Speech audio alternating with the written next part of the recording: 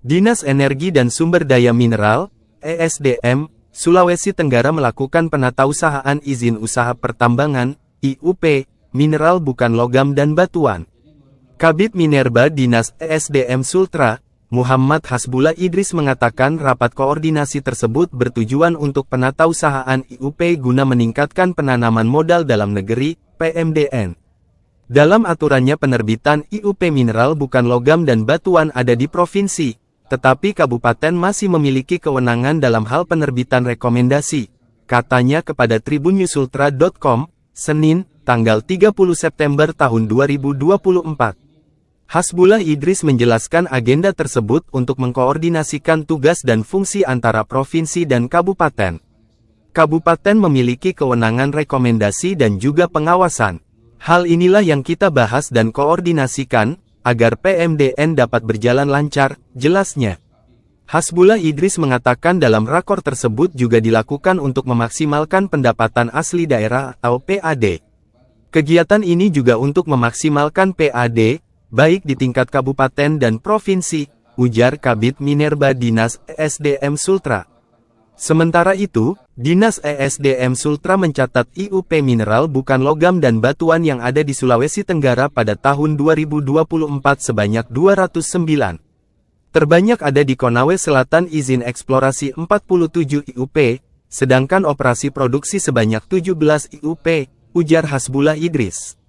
Untuk diketahui, kegiatan yang dibuka Sekretaris Daerah, Sekda, Sultra, Asrun Lio ini diikuti oleh ratusan peserta dari OPD terkait tingkat provinsi, kabupaten dan kota, serta para pelaku usaha.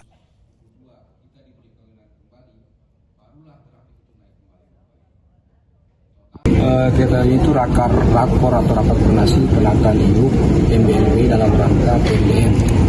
Artinya sesuai dengan Perpres 55, kewenangan kita kan itu terbatas sampai dengan batuan. Nah, tapi sejak adanya Perpres ini, baru kali ini kita adakan rakor. Kenapa kami anggap penting rakor ini? Karena batuan itu dan mineral bukan logam itu kan memang kewenangan provinsi, tapi dalam penerbitannya juga memerlukan rekomendasi dari kabupaten. Misalnya rekomendasi tata ruang.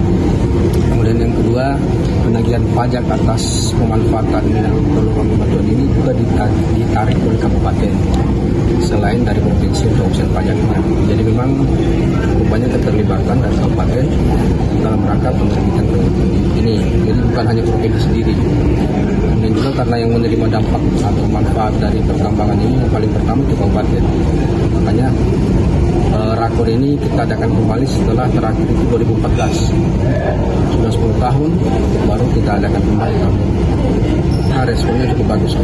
Konsentrasi 136 sama 73 unit operasi. Itu nikel batuan. Nikel tak masuk. Batuan dan logam. Ya. Yang terbanyak itu di Konsel. Ya.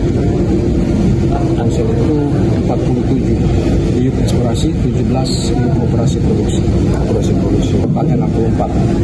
Ini masih menjamurnya galian-galian yang mungkin barangkali belum terdata oleh SDM. Apa sudah ada pengajuan dari para pengusaha sendiri itu bagaimana? Khususnya di Moramo Konsel kan banyak. Kalau Moramo Konsel sebenarnya sudah, kalau dari sisi view bisa juga ada lihat di momen itu kan sudah penuh itu sebenarnya. Jadi kalaupun ada masyarakat mengolah itu ditanya dulu, ini mau olah atas nama pribadi atau dia bekerjasama sama perusahaan, dikerjakan sama perusahaan kan bisa saja misalnya dia kontrak sama masyarakat atau dia bekerjakan masyarakat, kan bisa saja seperti itu.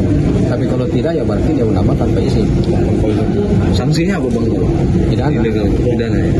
Tapi kalau dari data SDM sudah tidak ada lagi tambang ilegal. Kalau dari data kita sih belum pernah dapat langsung. Cuma kan dari media misalnya atau dari laporan kan, atau dari polisi, sering kami diperiksa sebagai saksi. Pernah juga gitu di Moramo sebagai saksi. Cuma entah apakah hasilnya bagaimana kan. Ini masih ada di dokumen gitu. Masih pernah ada. Pernah tapi bagaimana lanjutnya? Soalnya kalau dia pernah melakukan izin kan ranahnya pidana. Berarti wilayahnya aparat penegak hukum kan. Kalau kami itu kan sampai sanksi administrasi dengan itu. Jadi kalau dia tidak ada izinnya, bagaimana kita mau kasih sanksi? Seperti itu.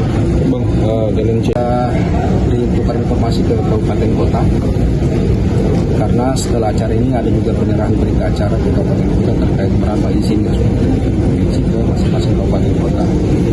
Yang kedua tentunya edukasi atau pembelajaran terkait kewajiban-kewajiban yang dilakukan oleh kabupaten. Seperti yang saya bilang tadi, misalnya pembayaran pajak, misalnya turut mengawasi, meskipun mereka tidak bisa mengawasi izinnya, tapi dari lingkungan hidup mereka itu bisa mengawasi. Data yang ada di SDM, potensi untuk tambang batuan dan mineral non logam ini di Sumber mana sih? Sudah sangat banyak itu. Potensi seperti yang ada di paparan itu, atau nanti saya kasih bahan paparan biar nanti kita bisa ambil dari sini. Poinnya ya, kalau dari sisi mineral bukan logam batuan, cadangan itu sangat berlimpah sampai jutaan. Utamanya itu batu gamping dan pasir kuarsa. Dua itu yang paling banyak. Terus kalau batu gamping yang terbanyak itu di Konawe Selatan, kemudian menyusul Konawe Utara. Selanjutnya itu pasir kuarsa. Pasir kuarsa itu di Bombana, Bonsel sama Pelakang. Pasir kuarsa itu silika sama. Itu dua yang paling banyak di Sultra. Total di Sultra itu bang ada berapa yuk kalian cek? Per Agustus 2024 209 yuk. Aktifnya di Kabupaten Jalan semua ya? Tidak jalan semua, tapi tetap tercatat 209 terbagi atas eksplorasi dan operasi produksi. Yang paling banyak masih eksplorasi. Proses produksi berapa? Operasi produksi. Download Tribun X sekarang, menghadirkan lokal menjadi Indonesia. Terima kasih sudah nonton. Jangan lupa like, subscribe, dan share ya.